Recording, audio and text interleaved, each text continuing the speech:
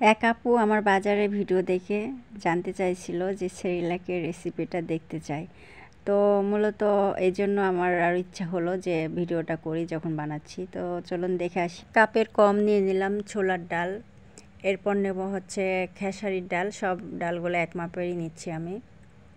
আর নেব হচ্ছে এই মুগের ডাল। আমি 4 পদের ডাল দেবো, আপনারা চাইলে আরও মিক্সড করতে পারেন, দিতে পারেন, যেমন মটরের ডাল, আরও অনেক ডাল আছে। যাই হোক, আমি চাল দিয়ে দিচ্ছি 1 কাপ, এটা হচ্ছে ভাতের চাল। এরপর দেব হচ্ছে পোলার চাল 1 কাপ। ডালের থেকে সামান্য একটু চালের পরিমাণ বেশি দিচ্ছি আমি। এরপর দেব সাবুদানা, চালের মাপে দিয়ে দিলাম। এরপর দেব হচ্ছে ভুট্টাটা একটু কম দিচ্ছি। এরপর দেব গম আর ভুট্টা একই মাপে দিয়েছি। এরপর দিচ্ছি মসুরির ডাল।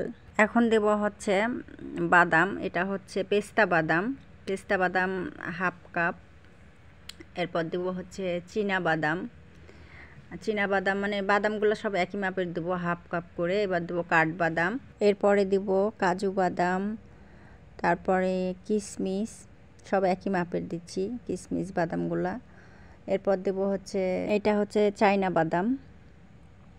বাদাম দিয়ে দিলাম। তো আমার বাদাম দেওয়া শেষ। এখন সবগুলা একসাথে মিক্সড করে আমি হচ্ছে পরিষ্কার করে ধুয়ে নেব। তো চলুন দেখে আসি। একটা কথা, আপনারা যখন গম দিবেন, গমটা আগে ভালো করে বেছে নেবেন, কারণ গমে অনেক ময়লা থাকে, আঁখির থাকে। তো ওগুলো আমি সুন্দর করে বেছে নিয়েছি। তো এখন আমি পরিষ্কার করে এটা ধুয়ে নেব। ভালোভাবে ধুইতে হবে, যতক্ষণ না পরিষ্কার সাদা পানি বের হয় ততক্ষণ আপনারা ধুয়ে নেবেন।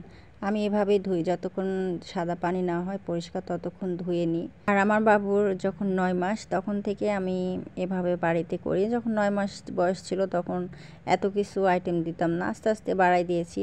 তো আপনারা আর একটা জিনিস এখানে দিতে পারেন, সেটা হচ্ছে খুরমাটা অনেক উপকার বাচ্চাদের জন্য। আমিও দিই, কিন্তু আর আব্বু ভুলে গেছে নিতে, তো আজকে আর দেওয়া হলো না। আমার ধোয়া হয়ে গেছে, এই যে পানি ঝরাতে দিয়েছি ছাকনাতে। এরপরে হচ্ছে আমি মশারি দিয়ে আমি রোদে শুকাতে দিয়েছি, কারণ মশারি না দিলে অনেক ধুলা ময়লা পড়ে, চুল পড়ে। তো দেখেন আমার শুকানো হয়ে গেছে রোদে, দেখেন ঝরঝরা হয়ে গেছে। এটাকে আমি এখন ভেজে নেব।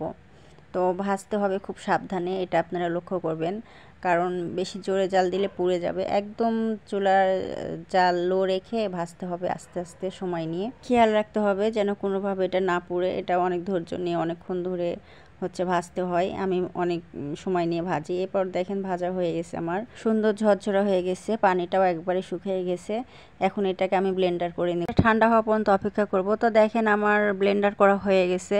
আর এই সেরিল্যাকটা আমি এখন টিনের কোটাতে তুলে রেখে দেবো, 1 মাস খাওয়াবো।